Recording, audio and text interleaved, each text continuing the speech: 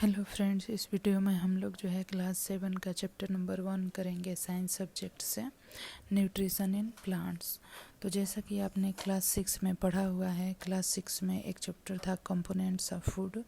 उसमें हमने पढ़ा है कि हमारे फूड के कंपोनेंट्स क्या क्या होते हैं, जैसे कि कार्बोहाइड्रेट होता है, प्रोटीन होता है, फैट होता है, विटामिन्स होते हैं और मिनरल्स होते हैं। और ये जो है कंपोनेंट ऑफ फूड होते हैं और ये हमारी बॉडी के लिए ज़रूरी होते हैं और इन्हीं को हम जो है न्यूट्रिएंट कहते हैं। ठीक है, सभी लिविंग ऑर्गेनिज्म जो हैं उनको फूड की आवश्यकता होती है। इस फूड से वो अपने लिए खाना बनाते हैं। ठीक है, एनिमल। और यहाँ पे हम देख सकते हैं mood off nutrition in plants. Plants जो है उनमें मूड ऑफ न्यूट्रिशन क्या होता है।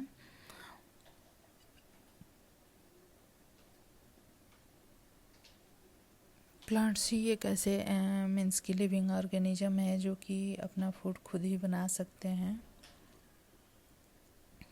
क्योंकि प्लांट्स में जो है फूड को बनाने के लिए प्लांट्स जो होते हैं ऑटोट्रॉपिक होते हैं और ये जो होते हैं कि वाटर को और कार्बन डाइऑक्साइड को और मिनरल्स का यूज करके सनलाइट की प्रेजेंस में अपने लिए फूड का निर्माण कर सकते हैं। The nutrients enable living organism to build their own food, to grow, to repair damaged parts of their body and provide energy to carry out life processes.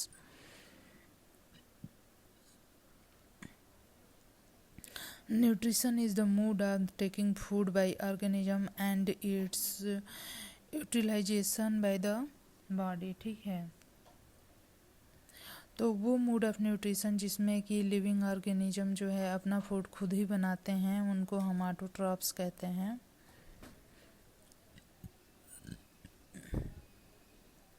और जो एनिमल्स होते हैं जो कि अपना फूड जो है खुद ही नहीं प्रिपेयर कर सकते उनको हम हेटरोट्रॉप्स कहते हैं, क्योंकि वो अपने फूड के लिए दूसरे एनिमल्स पे डिपेंडेंट होते हैं।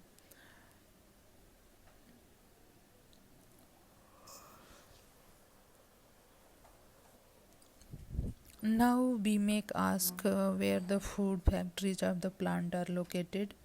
अब हमें ये क्वेश्चन पूछा जाएगा कि जैसे कि प्लांट्स में जो उनकी फूड फैक्ट्री होती है जहाँ पे वो अपना फूड बनाते हैं वो कहाँ पे होती है। तो प्लांट्स की फूड फैक्ट्री जो होती है उनकी लीव्स होती है, क्योंकि प्लांट जो है अपने लीव्स में ही अपना खाना बनाते हैं। तो ये जो है आप देख सकते हैं कि photosynthesis food making process in plant. तो फोटोसिंथेसिस जो है उस प्रोसेस का नाम है जिसके थ्रू कि प्लांट्स जो है अपना भोजन बनाते हैं। यह जो है प्रोसेस है फूड मेकिंग का इन द प्लांट्स। ठीक है, और ये जो रॉ मटेरियल यूज करते हैं अपना भोजन बनाने के लिए उसमें वाटर है, मिनरल्स है और सॉइल से वो मिनरल एब्जॉर्ब करते हैं अपने रूट की मदद से। ठीक है, और कार्बन डाइऑक्साइड जो है उनके लीव्स में छोटे छोटे पोर्स होते हैं जिनको हम स्टोमेटा कहते हैं। इन स्टोमेटा से एयर से वो कार्बन डाइऑक्साइड लेते हैं और अपने रूट के मदद से जो है मिट्टी से पानी और जो है कि मिनरल्स लेते हैं और सनलाइट की प्रेजेंस में ये अपना भोजन बनाते हैं। इसी को हम फोटोसिंथेसिस कहते हैं। यहाँ पे जो है कि क्लोरोफिल जो होता है ग्रीन पिगमेंट होता है जो कि प्लांट्स की लीफ में होता है और यह पिगमेंट जो है सन की लाइट को कैप्चर करने में सक्षम होता है और ये जो है सन की लाइट को कैप्चर कर लेता है।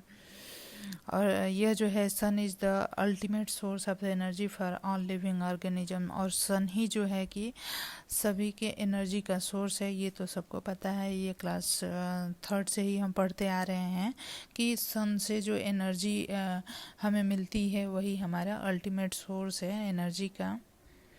यहाँ पे इस फोटो में हम देख सकते हैं कि क्लोरोफिल होती है जो लिप्स में प्रेजेंट होती है और यह लाइट एनर्जी को कैप्चर करती है और किस तरह से प्लांट अपना भोजन बनाते हैं।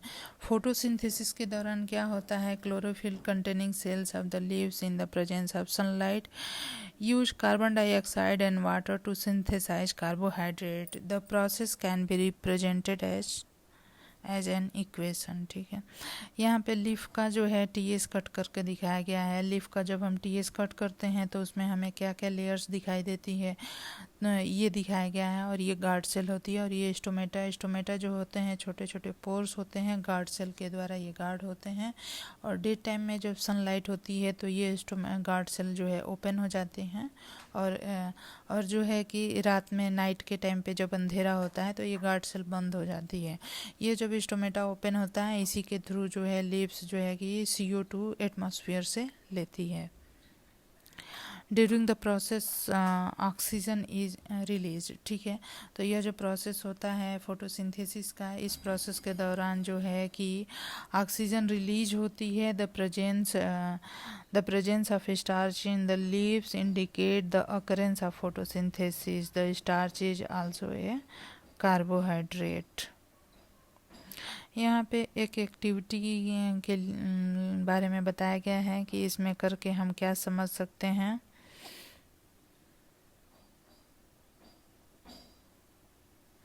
तो यहाँ पे एक चीज़ ये है कि जो ग्रीन लीव्स होती हैं कुछ तो ग्रीन होती हैं और कुछ जो है कि ग्रीन नहीं होती हैं। कभी कभी लीव्स का कलर येलो भी होता है, और कभी कभी लिप्स का कलर जो है कि पिंक और मरून और जो है कि ऑरेंज भी होता है।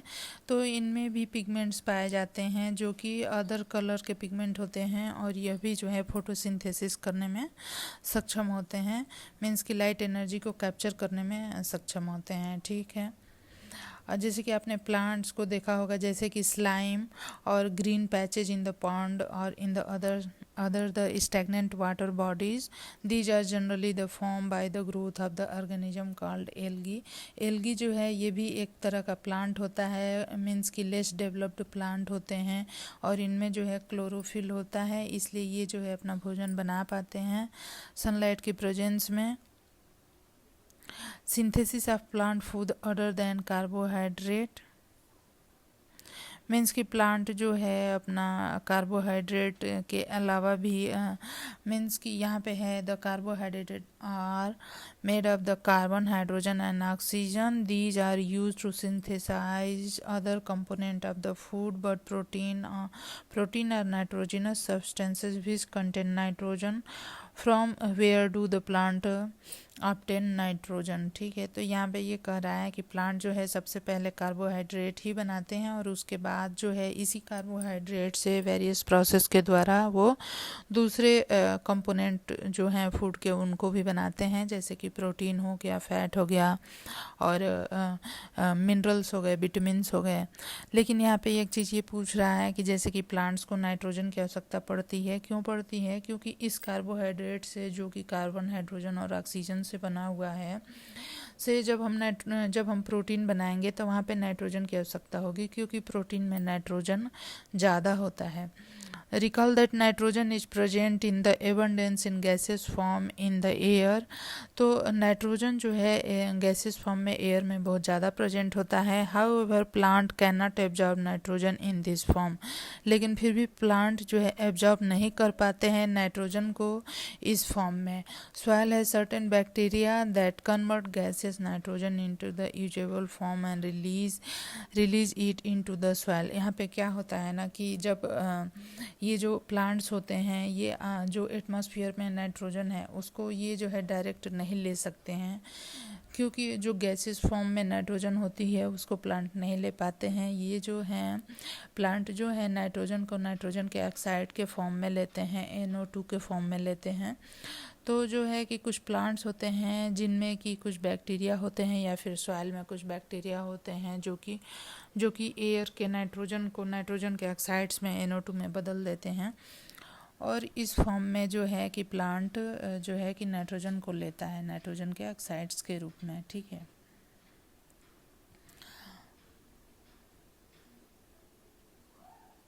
और तभी जाके जो है कि सॉइल इस तरह से you might have seen farmer adding fertilizer rich of the nitrogen to the soil.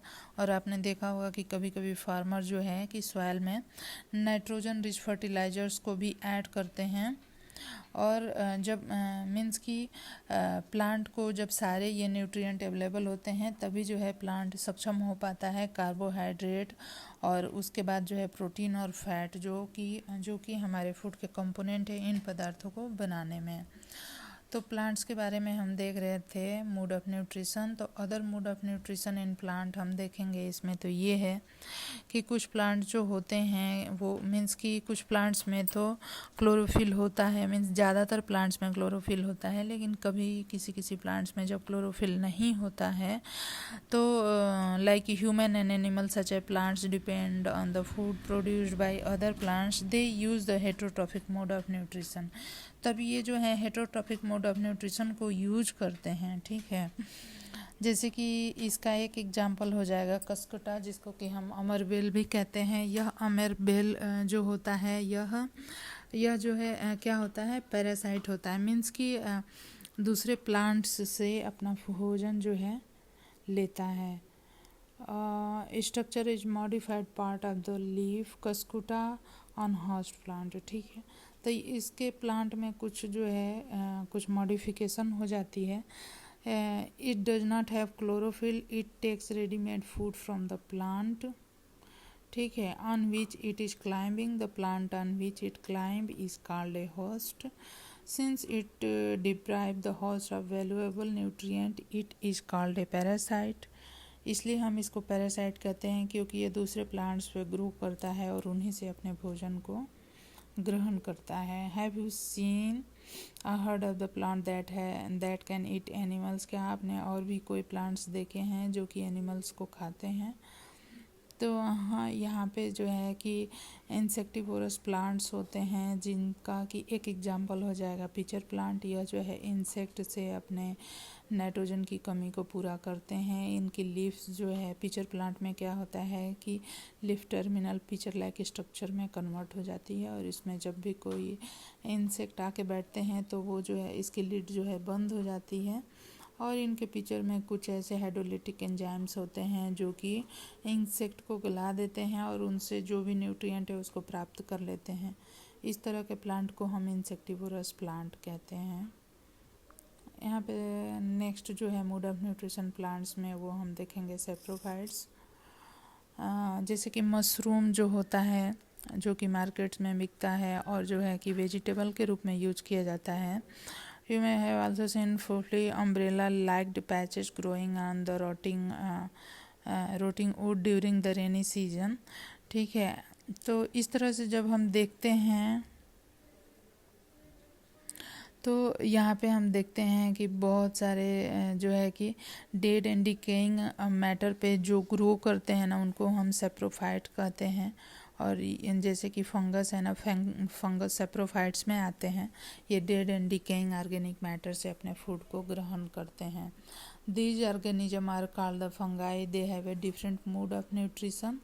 They secrete digestive juice on the dead and decaying matter and convert it into the solution.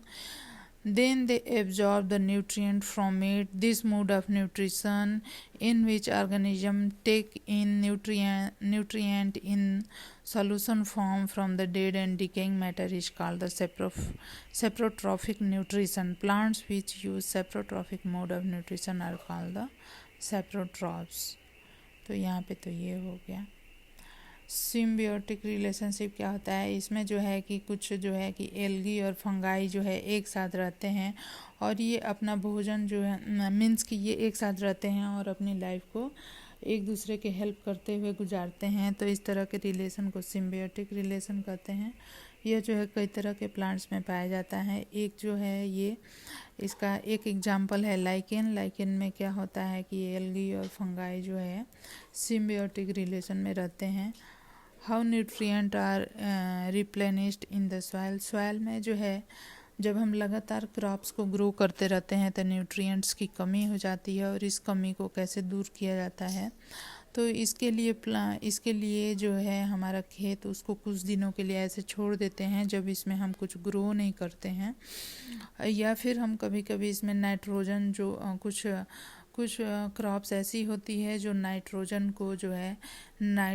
को available कराती है soil में, means कि जो nitrogen fixing का कार्य करती है, क्योंकि उनमें जो रूट होती है उन प्लांट्स की उसमें राइजोबियम होते हैं। राइजोबियम एक बैक्टीरिया होता है और ये जो है कि एटमॉस्फेरिक नाइट्रोजन को नाइट्रोजन के ऑक्साइड्स में बदल देता है और इस तरह से यह जो है, जब इस तरह के क्रॉप को हम ग्रो करते हैं सॉइल में, तो ये सॉइल के फर्टिलाइज़र की तरह वर्क करते हैं और नाइट्रोजन की जो मात्रा है उसको बढ़ाते हैं। तो इस तरह से ये हेल्पफुल होते हैं, ठीक है। और ये जो क्या बोलते हैं, राइजोबियम, ये जो बैक्टीरिया है, यह जो है प्लांट्स के साथ सिम्बियोटिक एसोसिएशन में रहते हैं। और ये क्योंकि प्लांट इनको रहने की जगह देते हैं, तो इसलिए ये जो है उनके लिए फूड अवेलेबल कराते हैं। दूसरा जो एग्जांपल है, ये मीन्स कि हेटरोट्रॉप्स होते हैं। तो जितने भी एनिमल्स हैं वो सारे के सारे हेटरोट्रॉप्स ही हैं। ये जो है अपना भोजन दूसरे प्लांट्स से लेते हैं, ठीक है। तो इस चैप्टर में इतना ही था। तो अगर आपको मेरा वीडियो पसंद आता है तो मेरे वीडियो को ज़रूर से लाइक करिए, शेयर करिए और सब्सक्राइब करिए। धन्यवाद।